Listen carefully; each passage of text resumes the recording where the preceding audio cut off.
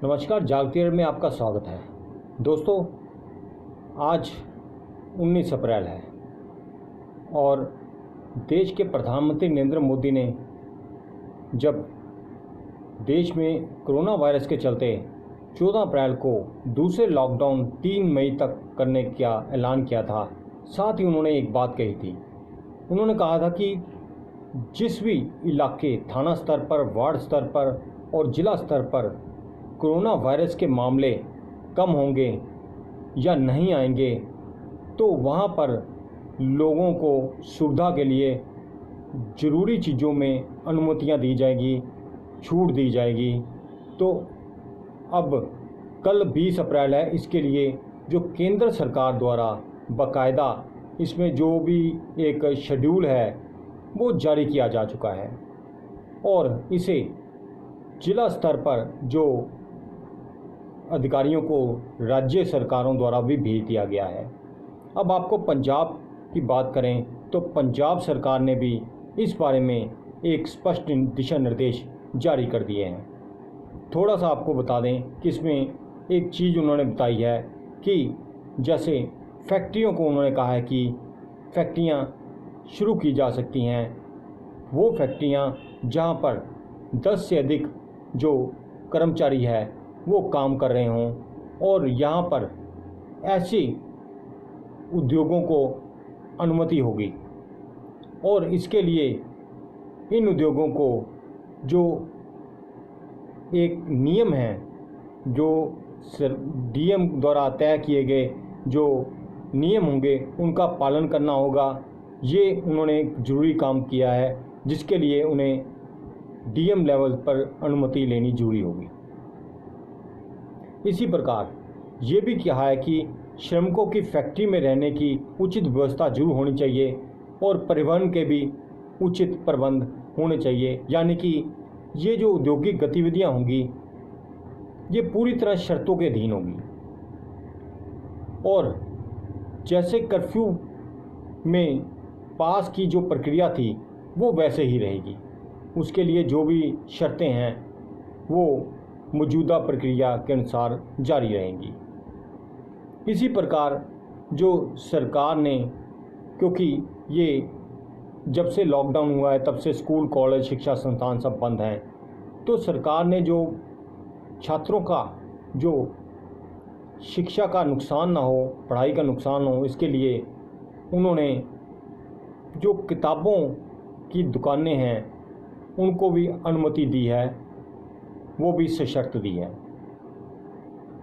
और इसके अलावा गर्मी का मौसम शुरू हो चुका है, इसके लिए एयर कंडीशन, एयर कूलर, पंखे और उनकी मरम्मत की दुकानों को भी आवश्यक वस्तुओं सेवाओं के दायरे में लाया गया है और इनके संचालन की भी अनुमति दी गई है। लेकिन इन सब के लिए जो है शर्तें जुड़ी हैं। उन शर्तों को जो डीएम है वहाँ के जिला स्तर के वो उसको तय करेंगे और उसी के अनुसार जो संबंधित कारोबारी हैं अपना काम कर सकते हैं। इसी प्रकार जो नेशनल हाईवे पर ढाबे हैं उनको भी खोलने की अनुमति दे दी गई है, क्योंकि जो जब आवाजाही का अनुमति हो गया है, आवाजाही की अनुमति है, तो जो ट्रक है उनको रास्ते में खाने की पीने की ज़रूरत पड़ेगी, तो हाईवे पे जो ढाबे हैं उनका संचालन किया जा सकेगा। लेकिन ये शर्त है कि इसमें कि जो ढाबे हैं, ढाबों पर बैठकर खाना कोई नहीं खा सकेगा, पैक करके ले जाया जा सकेगा और कोई भी वहाँ बैठ के नहीं खाएगा। तो ये सब जो चीज़ें हैं, इसके अलावा जो इन्होंने इसमें ज़रूरी बात सबसे यही है कि जो डीएम है, डीएम को ये अधिकार दिया गया है कि वो इन अपने इलाकों में इन चीज़ों को किस प्रकार से तय करेंगे। इसमें एक चीज़ और बतानी बहुत ज़रूरी है कि जो हॉटस्पॉट एरिया है, हॉटस्पॉट एरिया जहाँ पर मामले अधिक हैं, जिला हो चाहे कोई वार्ड हो, वहाँ पर किसी प्रकार की कोई अनुमति नहीं होगी। ये प्रधानमंत्री नरेंद्र मोदी ने भी तब इस बात को कर दिया था। और ये कंटेनमेंट जोन है जो होगी वो कोई एक इलाका, एक कॉलोनी, एक गांव, सेक्टर या वार्ड और पूरा शहर भी हो सकता है। और इनके लिए जो भी दिशा निर्देश हैं वो पहले से ही 15 अप्रैल 2020 को जारी किए गए थे, वो उसी प्रकार जारी रहेंगे। और हॉट स्पॉट क्षेत्र और रेड जोन जो हुआ उन्हीं जो दिशा निर्देशों के अनुसार ही वहाँ पर काम हुआ। आपको बता दें कि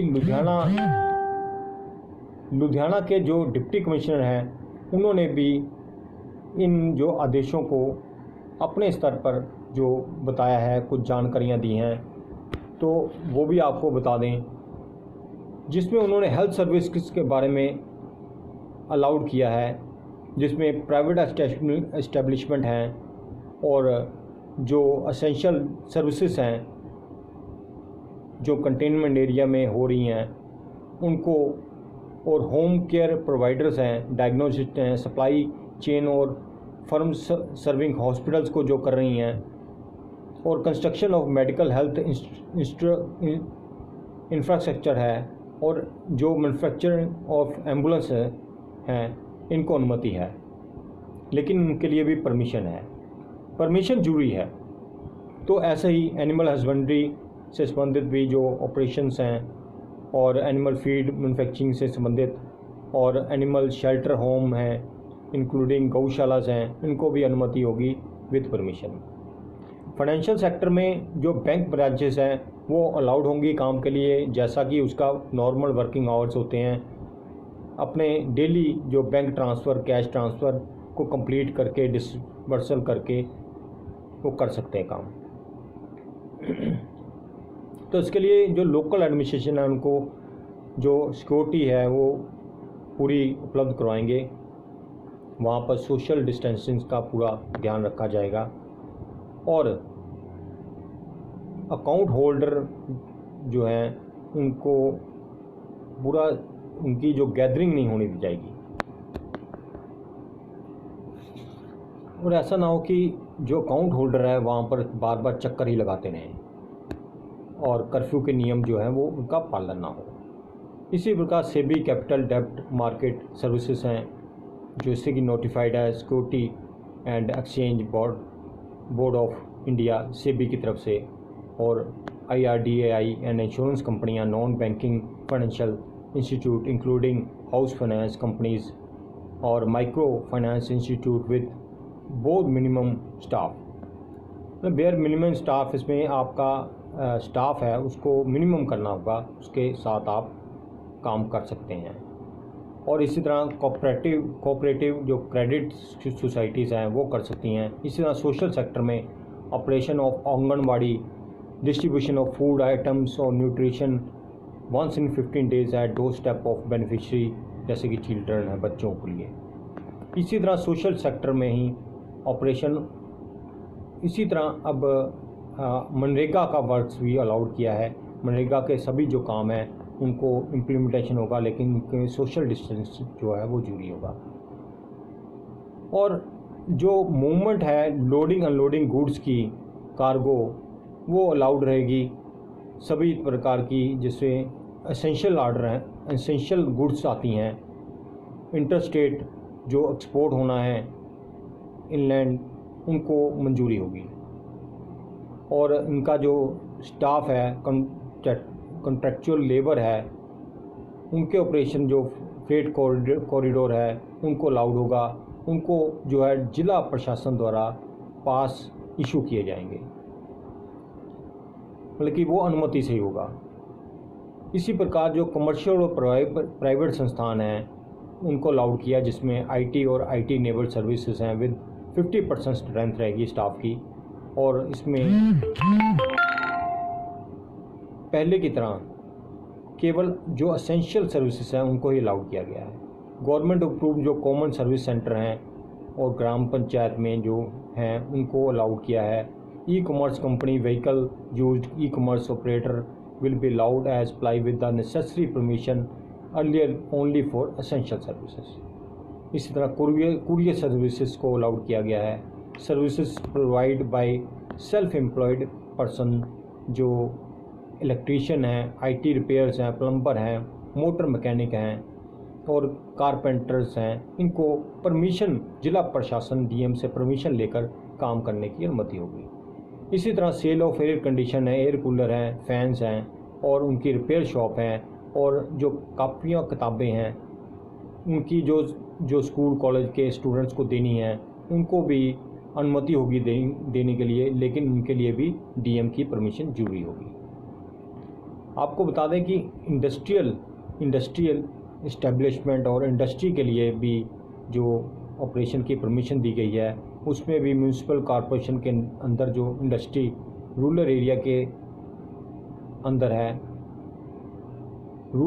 के अंदर है उसी को खोलने की अनुमति है, और outside the limit of municipal corporation and municipalities, यानी कि जो ऐसी इंडस्ट्री जो कि ग्रामीण एरियो में पड़ती है उनको अनुमति है खोलने की।